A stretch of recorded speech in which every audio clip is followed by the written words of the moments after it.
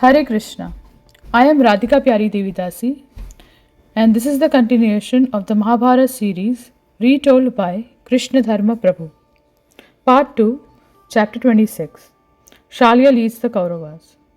Less than 2 hours remained until sunset. Yudhishthira decided to press home his advantage. Seeing his enemies disarrayed, he ordered his troops to attack. Inspired by Karna's death, they fell upon the remaining Kauravas with loud shouts. The Kuru army lost all heart for the fight and ran in all directions like bulls with broken horns. They looked around in fear, expecting Arjuna or Bhima to pursue them at any moment. It seemed to them that those two Pandavas were everywhere today. Then Duryodhan pulled himself together and came forward for battle.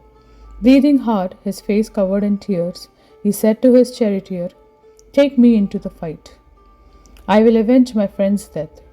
Kunti's son will no more be able to resist me than the ocean can go beyond its shore.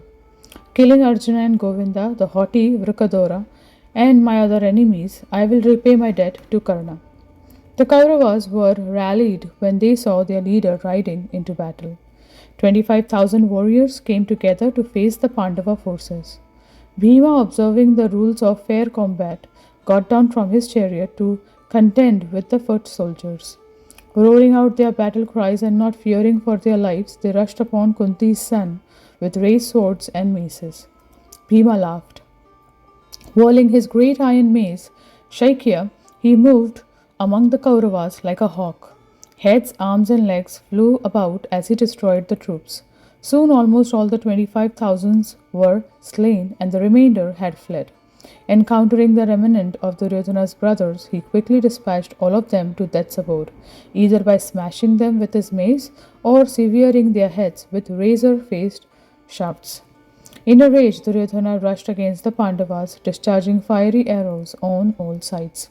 He was immediately surrounded by thousands of chariot fighters who sent great showers of arrows at him.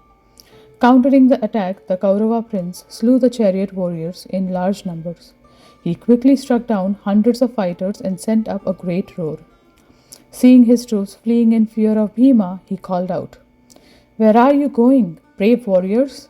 I see no place on earth, nor indeed in the three worlds, where the Pandavas will not find and kill you if you flee. Their army is now quite small. If we stand together, we will win. Follow your duties and fight. Death or glory are your only choices now. Slay your enemies or be slain by them and thus attain heaven." Despite Duryodhana's exhortations, his troops continued to flee. Salya came up to the king and said, "O king, look at this dreadful scene. The earth is covered with the carcasses and mutilated limbs of slain warriors. Your warriors are falling over each other in fear. They can hardly move across the blood-soaked ground and are crying out for a protector. Retreat now, O Bharata hero. The sun is setting. Remember that you are the root of all these evils. Go back to your camp and give your men some respite." Duryodhana looked across at Salya, seated on Karna's empty chariot. He was seized again with grief and he cried out, "O Karna, O my friend!" The sun god, shedding his dying rays on his fallen son's body, went in grief to the western hills. Both armies withdrew from the fight, and the gods and the rishis returned to their abodes. As the warriors moved through the twilight, they looked upon Karna, who seemed to light up the field even in death. He looked like a mass of pure gold, or like a fire quenched by the shower of Arjuna's arrows. The earth seemed to send forth cries of alas and oh. But Yudhishthira was happy. At last Karna had been slain. The Pandava king felt as if a great weight had been lifted from him. As he stood on the field surrounded by his brothers, Krishna came before him and said, "By good fortune, the Suta's son lies dead, while you and your heroic brothers are all well. Arjuna has fulfilled his promise, and the earth has drunk Karna's blood. That wretch of a man who laughed at Draupadi has received his reward. Surely your chaste queen will rejoice upon hearing this news. Soon she will sit by your side as you assume rulership over this prosperous earth." Yudhishthira tearfully embraced Krishna. "O Keshava, It is no wonder that we have been successful with you as our support. O Almighty One, the wise Rishi Narada has informed me of your true identity, as well as that of my brother Arjuna. You two heroes are always engaged in maintaining virtue in the world. Yudhishthira climbed on his chariot and rode back to camp. He saw Karna's body lying on the field, lit up by 1,000 oil lamps and surrounded by despondent Kaurava troops. The next morning they would perform his funeral rites, having left him for his final night on a hero's bed. Yudhishthira looked at him again and again. He could hardly believe his eyes. He said, "By your favor, dear Krishna, we have achieved our object. Surely Duryodhana will now give up all hopes for victory and even life itself. For 13 long years we have suffered and known only anxiety. Tonight we will sleep peacefully, freed of our burden." Arjuna and Krishna went away from the battlefield like the sun and the moon going down in the sky. They blew their conches, filling the four quarters with a tremendous blast. Gandharvas, Charanas, and Siddhas offered them praise and worship as they headed back to their camp, following in Yudhishthira's track like the gods follow Indra and Amravati. All the Kauravas left the field in despair. Kripa, Kritavarma, and Ashwathama headed the troops as they returned to camp. Duryodhana was crying. No one could console him, and he fell to the ground weeping. The other Kuru leaders entered the royal tent and sat silently around him.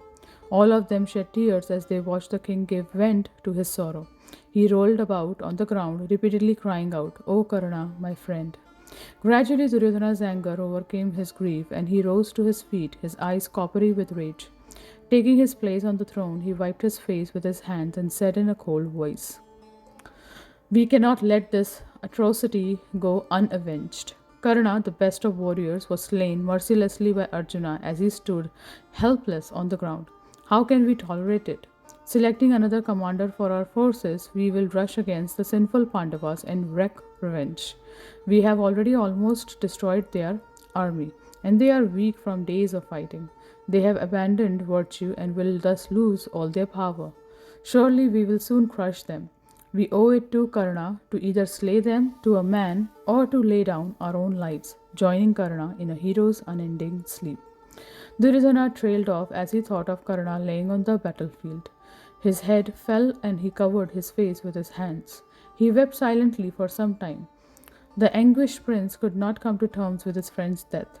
He had never dared think that Arjuna might one day slay Karna.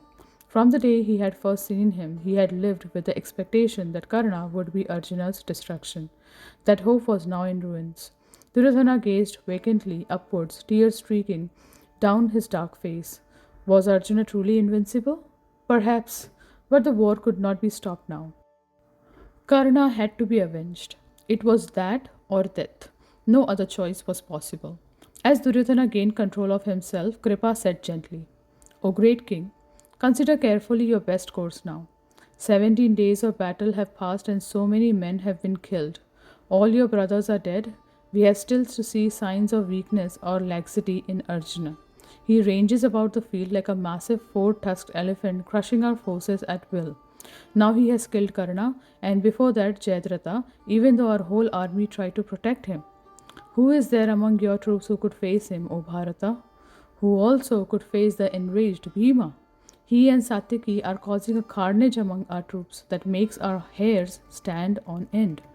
Kripa looked earnestly at the Kaurava prince, who sat looking straight ahead and said nothing. Kripa began to cry, but he continued, "You have committed so many sins against the Pandavas, for which we are all now reaping the fruits. You mustered this huge army just to achieve your ends. Now it has been destroyed. We are actually in danger. We are weaker than the Pandavas. Policy dictates that peace be sought by diplomacy. Yudhishthira is ever merciful and will surely accept peace on mutually agreeable terms. You will not lose your position as a king, for neither Yudhishthira nor Arjuna nor indeed Krishna will disobey your father's orders." Kripa implored Duryodhana to make peace. He wept to think of all the kings and warriors who had lost their lives for Duryodhana's cause. His voice trembled as he concluded, "I counsel that we stop the hostilities, O hero. This is in your best interest. I do not say it out of fear or with any malicious motive. Do not disregard my words. If you act otherwise, you will recall what I have said when you yourself are on the verge of death. Duryodhana remained silent. Pale with grief, he screwed up his eyes and shook violently. He sobbed, unable to reply for some minutes. Finally, he composed himself with difficulty and said, "You have doubtlessly spoken as a friend. Indeed, you have done for me everything a friend could do, going against my enemies and risking your life for my good. I know that your counsel is well meant and beneficial, but it does not please me. Like medicine to a man and on the brink of death, your words are quite unpalatable. In my opinion, Yudhishthira will not trust me even if I go to him and sue for peace. I have cheated him and inflicted him with all kinds of evils. So too have I pained Arjuna and Krishna. Since hearing of Abhimanyu's death, Keshava has passed his nights in sorrow. We have offended him. How can he forgive us now? Peace is out of the question. The war will end only when the Kauravas or the Pandavas are dead. Things have already gone too far. The enmity is irreversible." Thinking of Draupadi, he continued, "The Panchala princess, I have heard, is practicing austere vows to bring about my destruction. She sleeps on the bare ground and accepts only one meal a day. Subhadra, casting away all pride, serves her like a waiting maid. O Kripa, everything is on fire. It cannot be extinguished.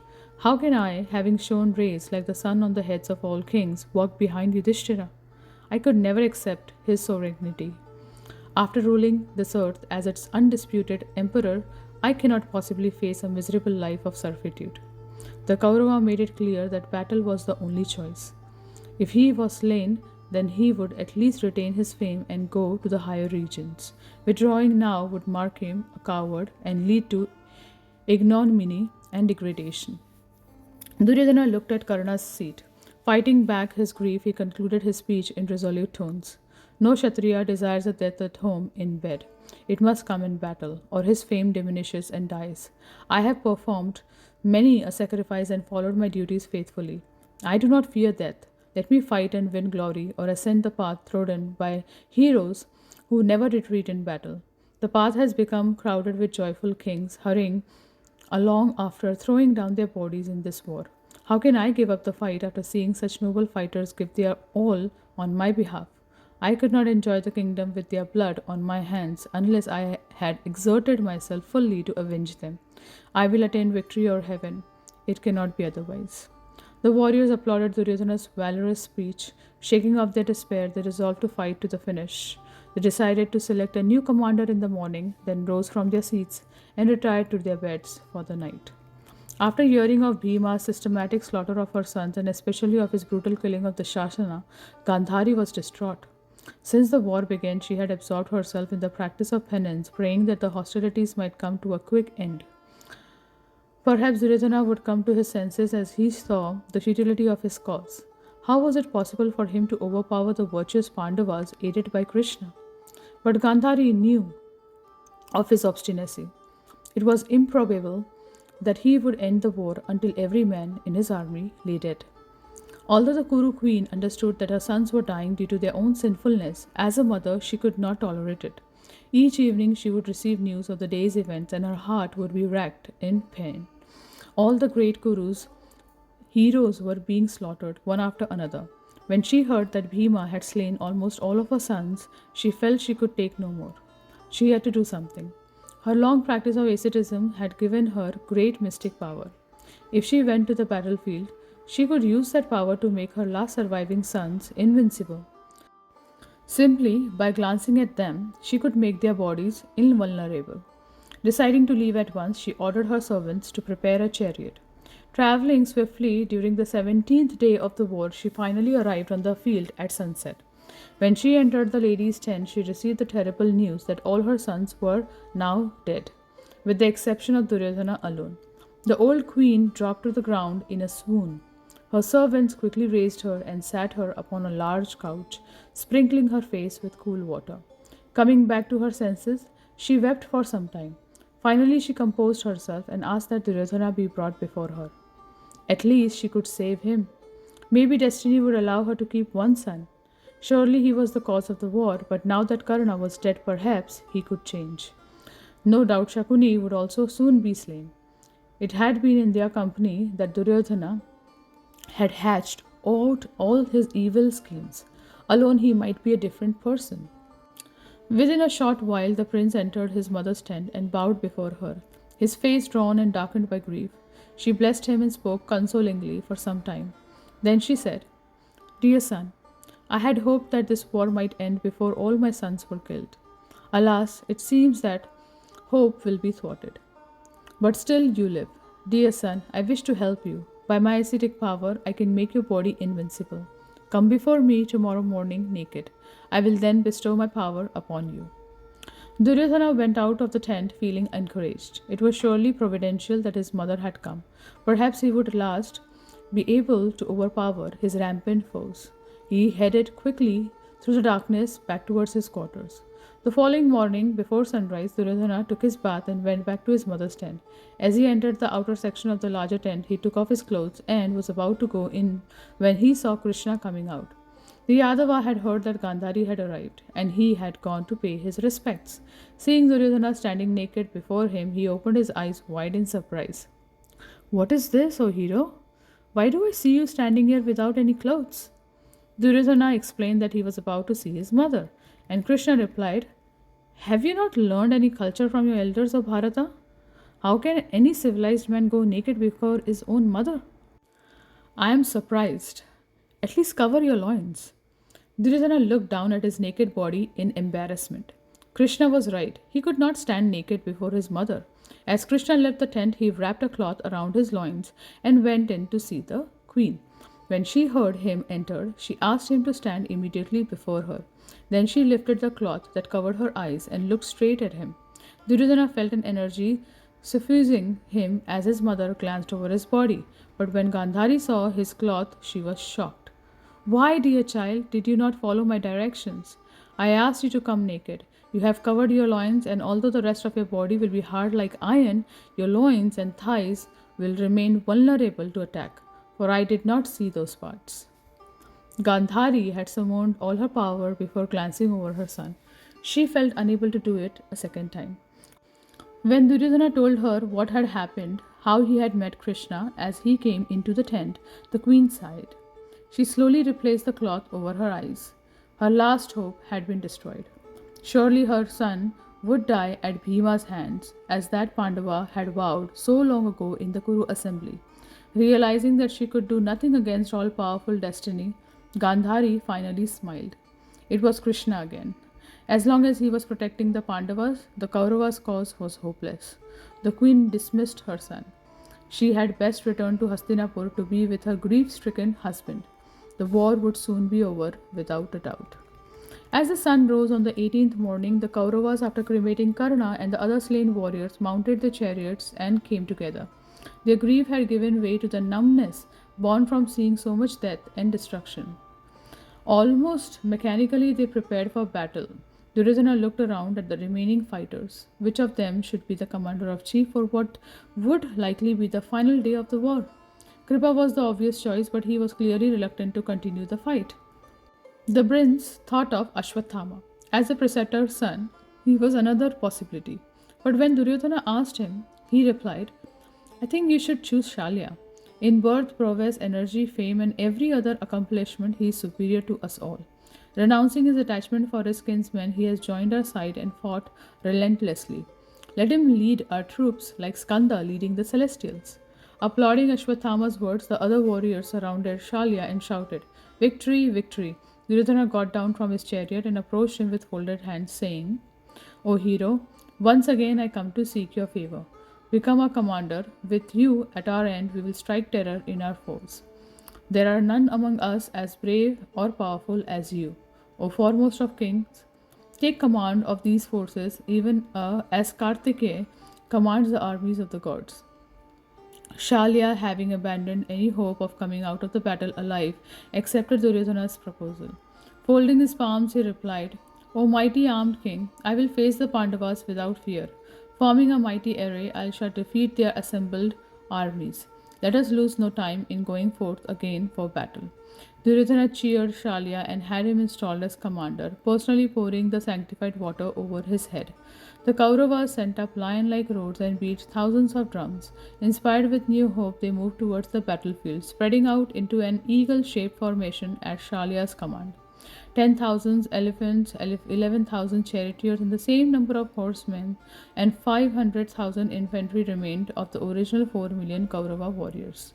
They fanned out and marched resolutely towards the battlefield, all of them determined to fight to death. Yudhishthira heard the Kauravas' joyous cries. Receiving the news that Shalya had been appointed commander, he said, O Keshava, what do you think should be done? I depend fully on your advice. Krishna appeared thoughtful. I know Shalya is the foremost fighter, O king. He should not be underestimated. Empowered by the post of commander, he will be no less powerful than Bhishma, Drona, or even Karna. Still, I think you can kill him. I do not see another who will be able to kill him. Go forth, O hero, and slay him like Shakra slew the demon Shambhara. Now that you have crossed the fathomless Kaurava ocean, do not sink into the small pond of Shalya. Display in battle all your Kshatriya strength and your ascetic power. Shalya's time has surely come. Yudhishthira mounted his chariot, thinking on Krishna's words. It must be as he said. Yudhishthira recalled his promise to kill Shalya. It was fitting that the Madras monarch should meet his end at the hands of his dear friend and nephew. It would be a hard fight. Both were past masters at spear fighting, and they had already met for several fierce encounters. The next one would be their last. With Dhristadyumna at their head, the Pandava troops marched out for battle. Soon the fight began, seeing Yudhishthira's white umbrella in the distance. Shalya urged his charioteer to make straight for him. He was soon confronted by a large body of chariot fighters who showered him with arrows and lances. The Madras king stood his ground and responded with volleys of gold-winged shafts that struck down dozens of those warriors. Karna's two remaining sons, Satyasena and Chitrasena, charged at Nakula like a pair of tigers attacking an elephant in the forest. They covered him with keen arrows and sundered his bow. But the Pandava quickly strung another bow and returned the attack. Laughing all the while, he killed Satyasena's 4 horses and struck Chitrasena on the chest with 3 whetted shafts. Satyasena jumped aboard his brother's chariot, and the two princes stood side by side, shooting their arrows at Nakula. Unshaken, Nakula hurled a bright dart steeped in oil and resembling a dreadful snake. It hit Satyasena and penetrated his heart. His brother roared in anger and increased his attack on Nakula, killing his horses and smashing his chariot. Seeing his father careless and under attack, Nakula's son Sutta Soma came to his aid. He took him onto his chariot and Nakula carried on fighting. After releasing a large number of shafts that baffled his opponent, the Pandava let go an arrow with a razor-sharp head shaped like a half-moon. It struck Chitrasena in the neck and severed his head, sending it flying to the ground. The prince dropped forward from his chariot and fell to the earth like a hewn tree. Witnessing Nakula killing Karna's 2 sons, the Kaurava soldiers retreated. Shalya rallied them. He stood fearlessly in battle, faced by numbers of Pandava warriors. Headed by Kripa and Kritavarma, the Kaurava rushed at the Pandavas with loud cries. They were met by solid lines of troops led by Drishtadyumna and Satyaki. The two armies clashed with a deafening clamor. The air was filled with smoke from fiery weapons released by powerful chariot warriors as well as with a stench of blood. Fighting his way through the dense Pandava ranks, Shalya approached Yudhishthira. He assailed him with a downpour of arrows, but Yudhishthira checked them all with his own. As the leading warriors on both sides contended with one another, Yudhishthira and Shalya fought a violent duel. They exchanged arrows that collided in mid-air with showers of sparks. Appearing like Indra and Bali fighting for the sovereignty of the universe, the two mighty heroes shot blazing shafts of their bows that resembled thunderbolts. Showing his intention to slay Shalya, Yudhishthira suddenly released a broad-headed arrow that cut down his enemy's standard. Shalya, raging, replied with thousands of straight shafts that struck Yudhishthira on every part of his body. The arrows completely covered the Pandava king as well as his horses, chariot and driver.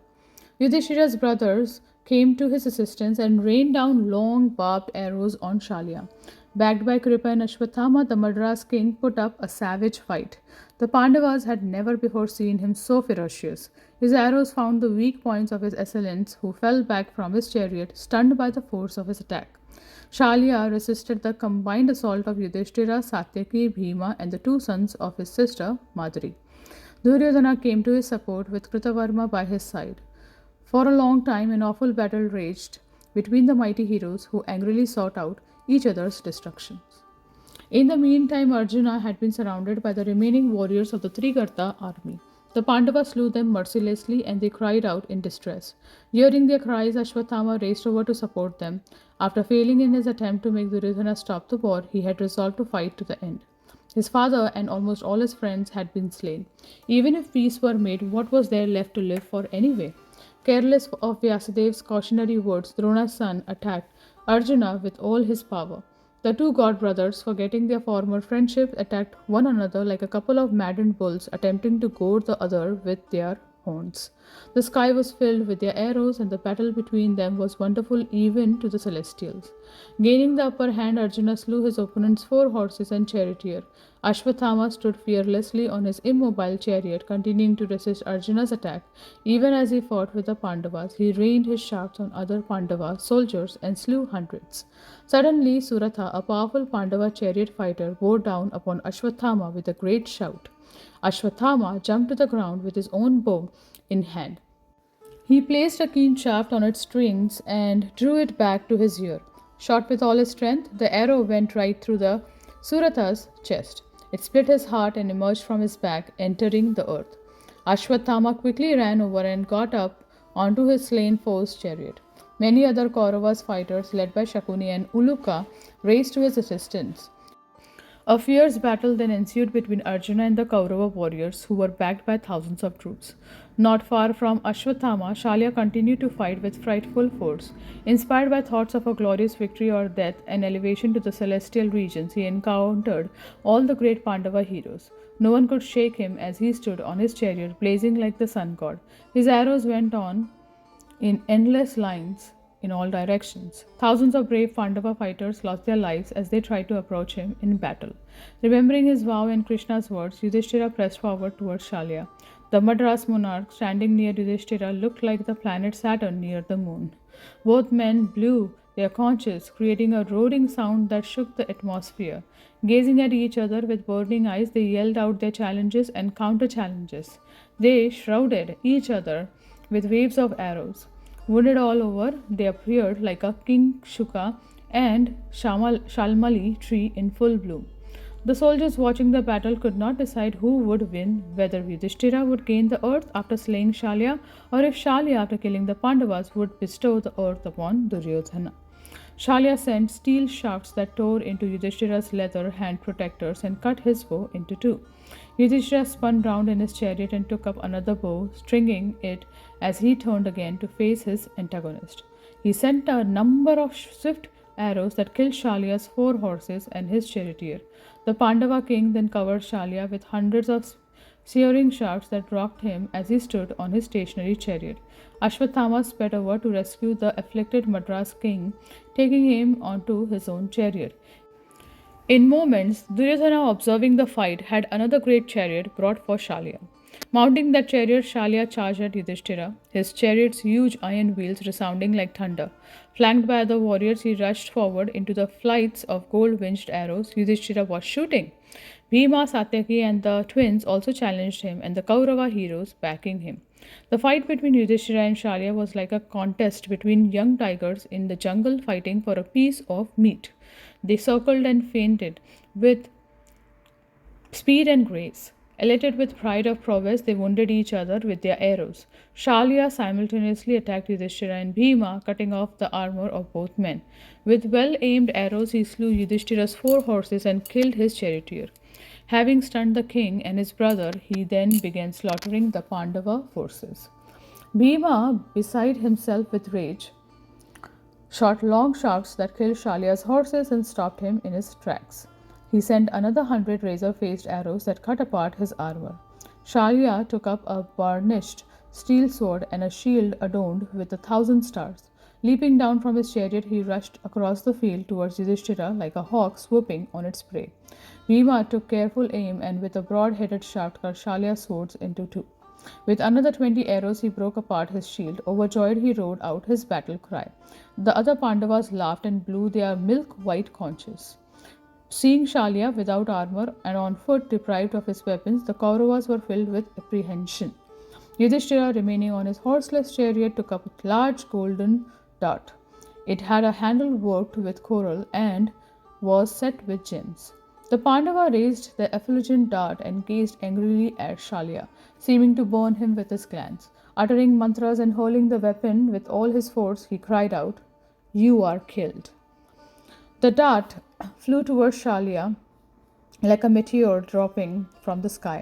Shalya cried out and tried to catch the dart as it fell upon him, but it slipped through his hands and struck him on the chest.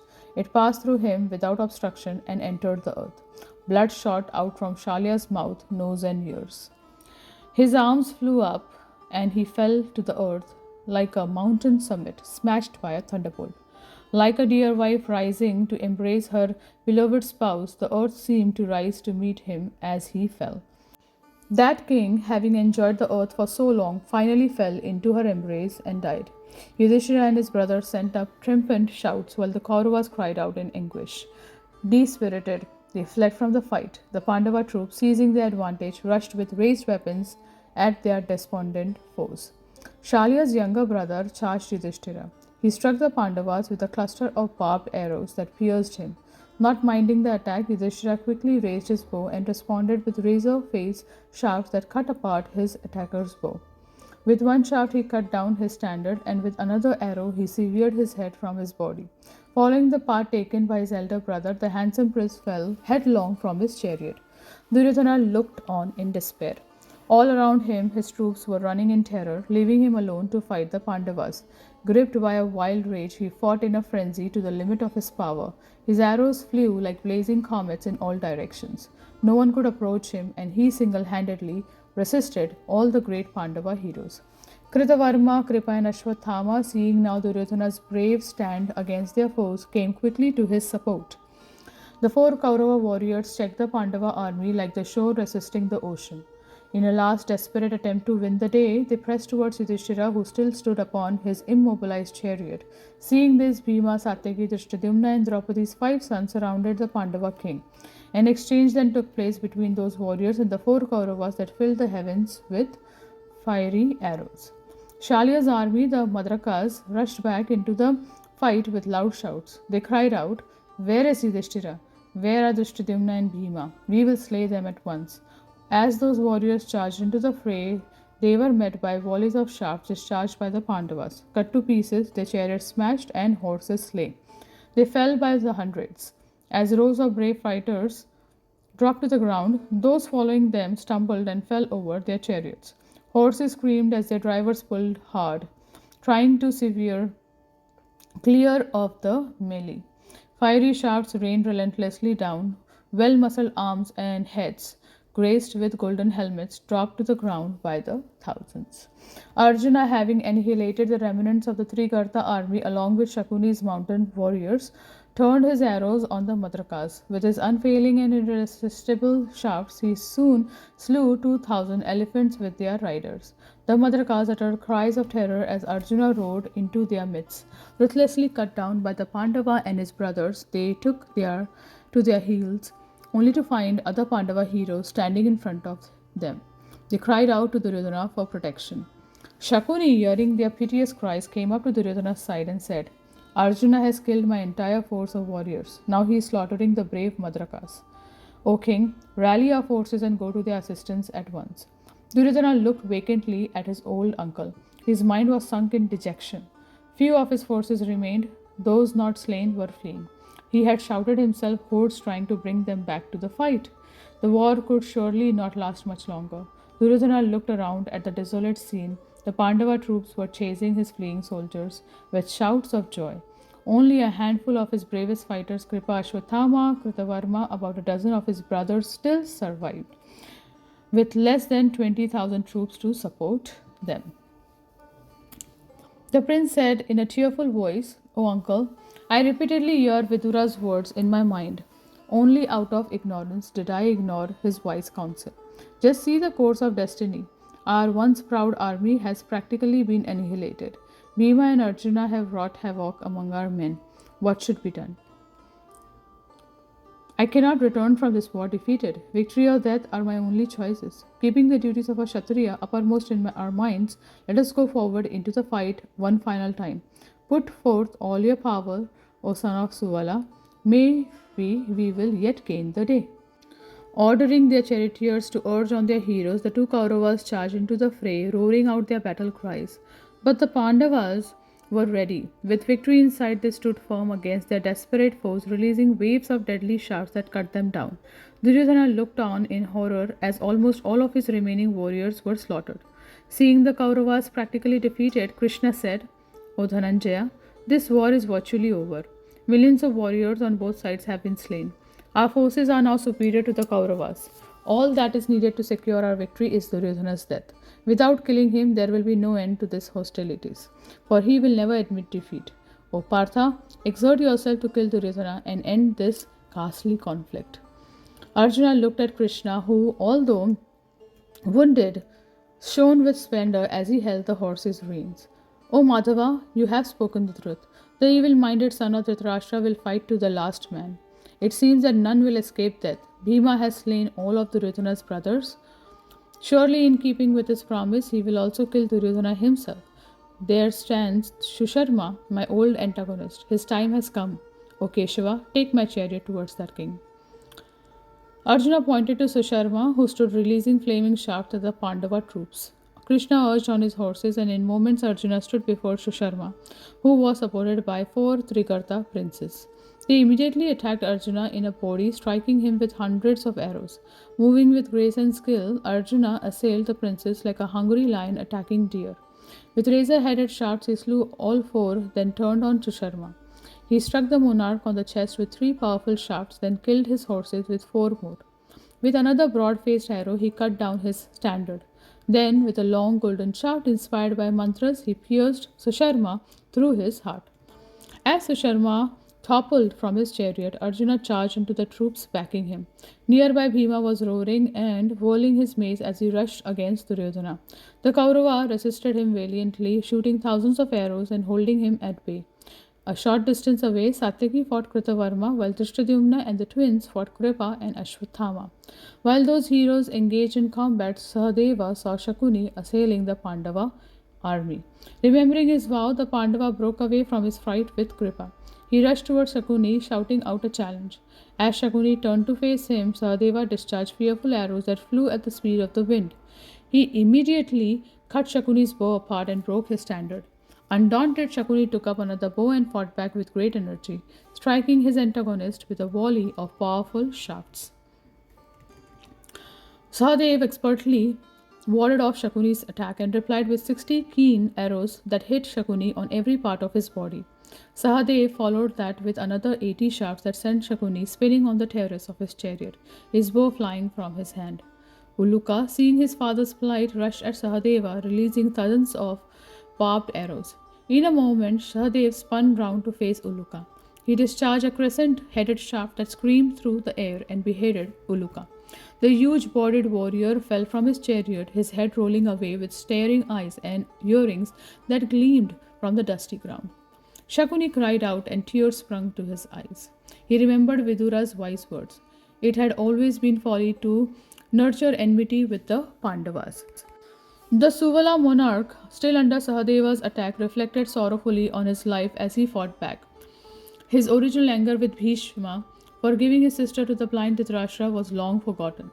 After befriending Duryodhana, he had become implicated in more and more treachery, even though in his heart he knew it would one day have fearful consequences.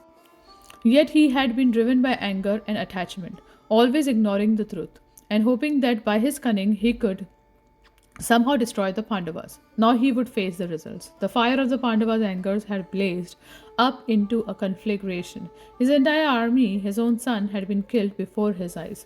Remembering his duty as a warrior, Shakuni gazed wrathfully at Sahadev. Perhaps he could at least avenge his son's death before dying himself. Shakuni raised his bow and placed a formidable looking shaft on its string, but before he could release it, Sahadeva cut apart his bow with 3 razor-faced arrows.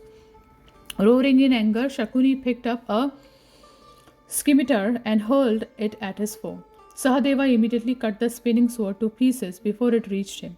As Sahadeva countered the scimitar, Shakuni let go a dreadful mace that flew at him with a loud, rushing sound. Sahadeva struck the mace with a cluster of shafts that smashed it to pieces. Shakuni then hurled a dart at him, which the Pandava also checked. Seeing his weapon falling uselessly to earth like the hopes of an impious man, Shakuni became afraid. Dispirited, he fled from the fight. Sahadeva, remembering his vow to slay Shakuni, gave chase. He shouted at him to turn back and fight, but Shakuni did not listen.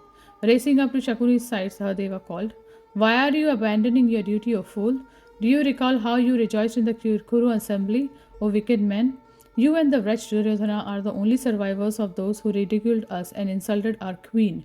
But not for long. Receive now the fruits of your evil acts. Stand and face me in battle. I will cut off your head like a man plucking a ripe fruit."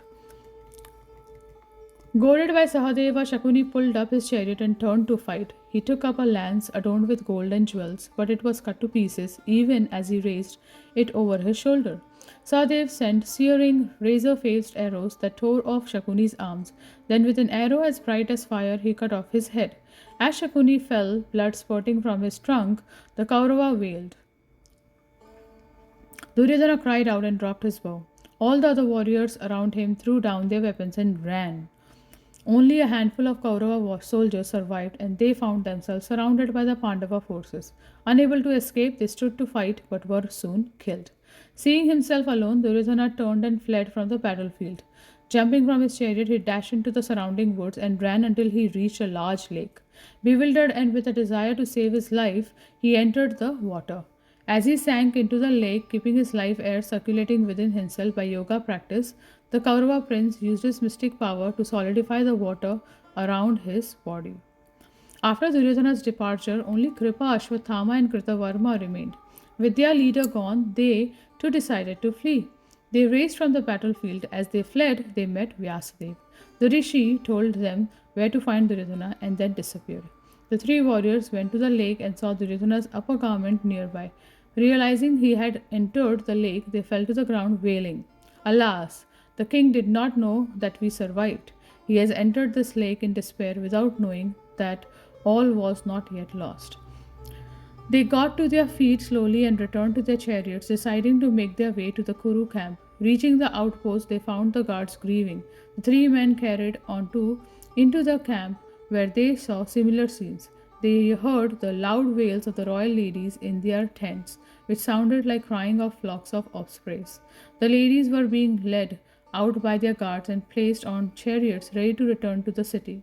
With their clothes and hair in disarray, their ornaments cast aside, they were a piteous sight. Many men were setting out for Hastinapur, unable to stay any longer in the desolate encampment.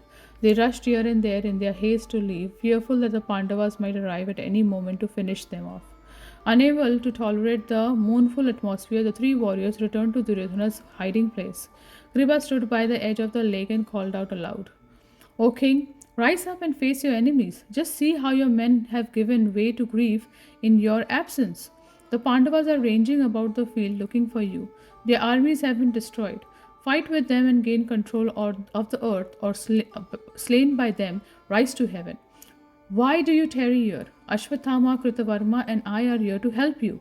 Surely you will win if you continue to fight." Duryodhana heard Kripa as he sat at the bottom of the lake. He called out, "By good fortune have you 3 heroes survived. O foremost of men, just let me rest here for a while and then I'll surely wage war again. You are also tired and should rest. Refreshed and renewed, we may proceed towards the battle. O mighty armed ones, you are all noble and your devotion to me is great, but it is not now the proper time to display your power. Let us rest tonight. In the morning I will join you for the fight. Do not doubt it." Ashwathama replied, "Rise up, O king. May you fare well. We shall yet defeat the enemy. I swear by all my holy acts, by all my gifts, and by truth itself that I will slay the remaining Pandavas. Indeed, if this night passes without my killing them, I will not again enjoy the pleasure of performing sacrifices, a pleasure enjoyed by all pious men. O king, I will not loosen my armor until they are killed. This is certain. As Ashwathama called out to Duryodhana, a number of hunters arrived at the lake. Worn out with a day's hunting, they wanted to slake their thirst. Seeing the three powerful Kshatriyas, they hid in the bushes and listened. They then understood that Duryodhana was hidden in the lake. Undetected by the three Kauravas, they listened as the warriors tried without success to convince Duryodhana to come out and resume the fight. The hunters had observed the battle fought between the world's Kshatriyas. They knew that the Pandavas would reward them richly if they told them of Duryodhana's whereabouts. Getting up quietly, they slipped away and went towards the Pandavas' camp to see Yudhishthira. Thus ends the part 2, 26th chapter of the Mahabharata series.